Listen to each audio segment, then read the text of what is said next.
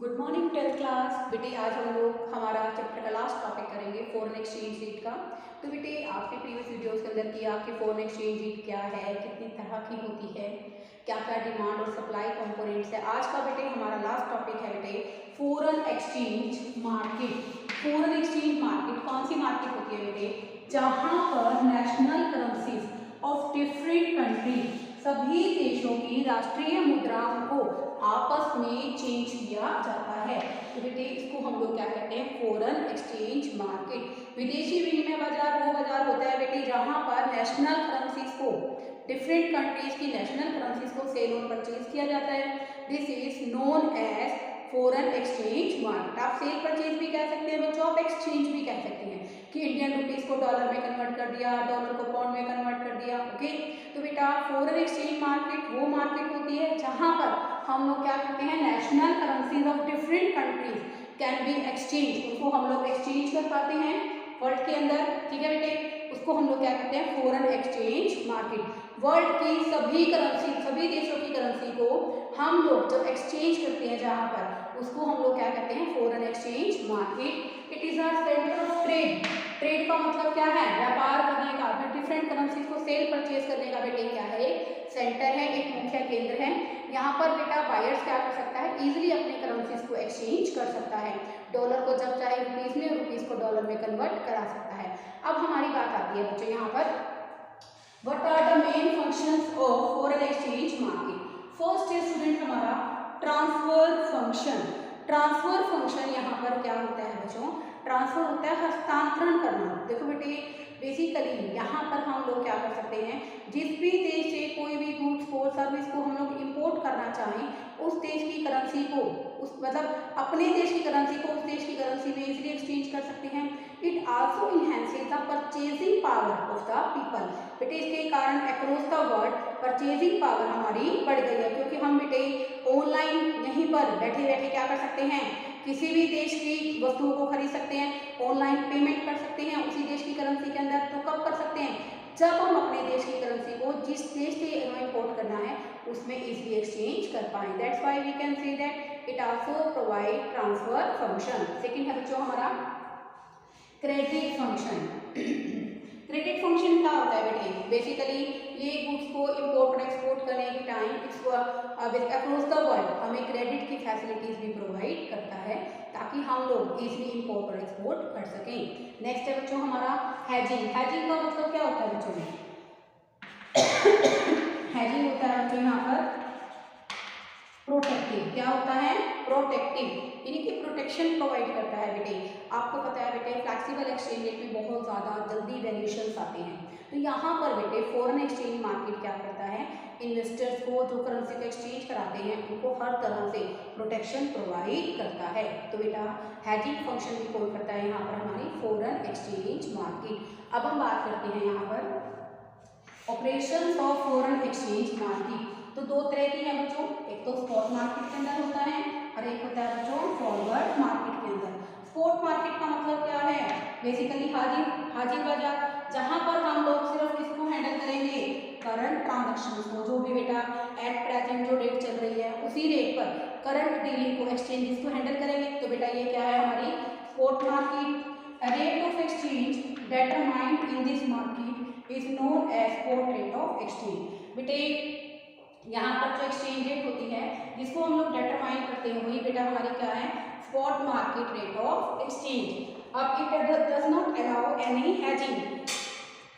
यहाँ पर देखिए थर्ड पॉइंट क्या है, it allows hedging, it does not allow hedging. Hedging क्या होता है बेटे, प्रोटेक्शन प्रोवाइड करना। बेटे फॉरेन एक्सचेंज रेट में जो रिस्क आते हैं, जिनके कारण वैसे बेसिकली क्या होता है, अनसर्टेनिटी क्रिएट होती है, उसके लिए ये कोई हमें हेजिंग, हमें कोई प्रोटेक्शन प्रोवाइड नहीं करता। क्योंकि आपको बेटे जब ट्रांजेक्शन आप करोगे, एक्सचेंजेस आप करोगे, तो एट प्रेजेंट मार्केट में जो रेट है आपको वही कंसीडर करनी पड़ेगी। सेकेंड है बच्चों हमारी फॉरवर्ड मार्केट। फॉरवर्ड मार्केट जो क्या करती है, फ्यूचर ट्रांजेक्शन को डिलीवर करती है, ठीक है ना, फ्यूचर डिलीवरी को हैंडल करती है। सेकेंड है रेट ऑफ एक्सचेंज डिटरमाइन। यहाँ पर हम लोग रेट ऑफ एक्सचेंज को डिटरमाइन करते हैं, इसी को बेटे हम लोग क्या कहते हैं, जो इस टाइम मार्केट के अंदर जो रेट है फॉरवर्ड मार्केट के अंदर, तो बेटा वही क्या है यहाँ पर, forward rate of exchange. Rate of exchange is determined in this market is called, इस मार्केट के अंदर जो रेट डिसाइड होगी बेटा वो कौन सी होगी, forward market rate of exchange. Third है बच्चों यहाँ पर इट अलाउज हैजिंग, हैजिंग माने प्रोटेक्शन प्रोवाइड करता है बेटे, क्योंकि बेटे बेसिकली फॉरवर्ड मार्केट के अंदर आप कोई भी बेटा डील पर साइन तो आज करते हो, लेकिन इस डील को फ्यूचर में मैटरलाइज किया जाता है। जो लेन देन होंगे ना बच्चों वो कब होंगे, फ्यूचर के अंदर। तो इसलिए बेटा जो हमारा फॉरवर्ड मार्केट है वो हमें सुरक्षा प्रोवाइड करता है। बेटे इस वीडियो के अंदर एक छोटा सा टॉपिक आपका पेंडिंग है, मैनेज फ्लोटिंग। बेटे मैनेज फ्लोटिंग, बेटे ये लास्ट टॉपिक है हमारे इस चैप्टर का। देखो बेटे मैनेज फ्लोटिंग क्या होता है, वैसे आप सबको पता है बेटे एक्सचेंज रेट का डिटर्मिनेशन कौन करता है, हमारे डिमांड और सप्लाई करते हैं, ये हमारी इक्विलिब्रियम रेट है, और ये क्या है बेटे रेट ऑफ एक्सचेंज, ये है हमारा इक्विलिब्रियम पॉइंट। लेकिन बेटे कई बार क्या होता है कि हमारे बेसिकली रेट ऑफ एक्सचेंज को आरबीआई क्या करता है, इंटरफेरेंस करके उसमें काफ़ी चेंजेस कर देता है, उसको परिवर्तित कर देता है।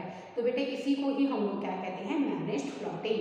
मैनेज्ड फ्लोटिंग क्या होता है बच्चों, ये सिस्टम है बेटे फ्लोटिंग एक्सचेंज से in which there is occasional intervention, occasionally बेटा आरबीआई इसमें इंटरवेंशन करता है और इस एक्सचेंज रेट को मैनेज कर देता है। तो बेटे हम इसको क्या कहते हैं, manage floating. Manage floating is also known as dirty floating. जैसे बेटे कई बार क्या होता है कि आरबीआई को लगता है कि जो हमारी एक्सचेंज रेट है वो ज़रा से ज़्यादा कम ना हो जाए, तो इसलिए बेटा वो क्या करता है, इसको मैनेज कर देता है। तो बेटे manage floating rate is known as manage floating. Okay, तो बेटा होता क्या है इसके अंदर, कैसे करेगा मैनेज इसको, it is through the sale and purchase of foreign currency in the international market. International market में फॉरेन एक्सचेंज को, फॉरेन करेंसी को सेल और परचेज करके आरबीआई क्या करता है, एक्सचेंज रेट को मैनेज करता है। किस तरह से मैनेज करेगा, जैसे मान लो बेटा आरबीआई क्या चाहता है, एक्सचेंज रेट को रिड्यूस करना चाहता है, तो वो क्या करेगा बच्चों, RBI releases the supply of foreign exchange. RBI ज़्यादा से ज़्यादा क्या करेगा, फॉरेन करेंसी की सप्लाई कर देगा।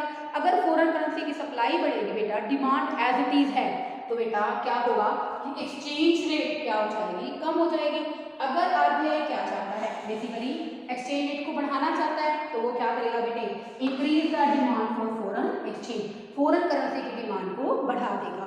तो बेटा बेसिकली फ्लोटिंग एक्सचेंज एक टूल है which is implemented by the RBI to manage the exchange rate. तो बेटे by buying and selling of securities, जो बेसिकली आरबीआई है वो क्या करता है, एक्सचेंज रेट को मैनेज करता है। इसी को ही बेटे हम लोग क्या कहते हैं, मैनेज फ्लोटिंग। जैसे देखो बेटे इस डायग्राम के अंदर this is the rate of exchange which is decided by the market forces, demand and supply.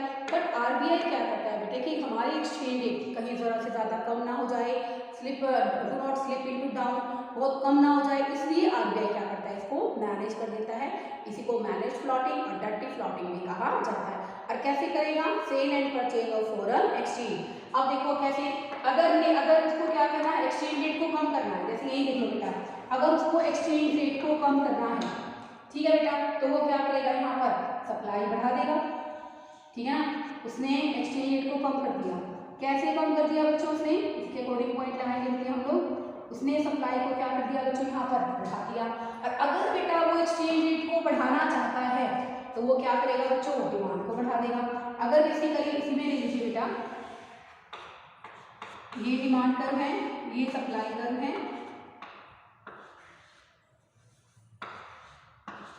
ये एक्सचेंज रेट है।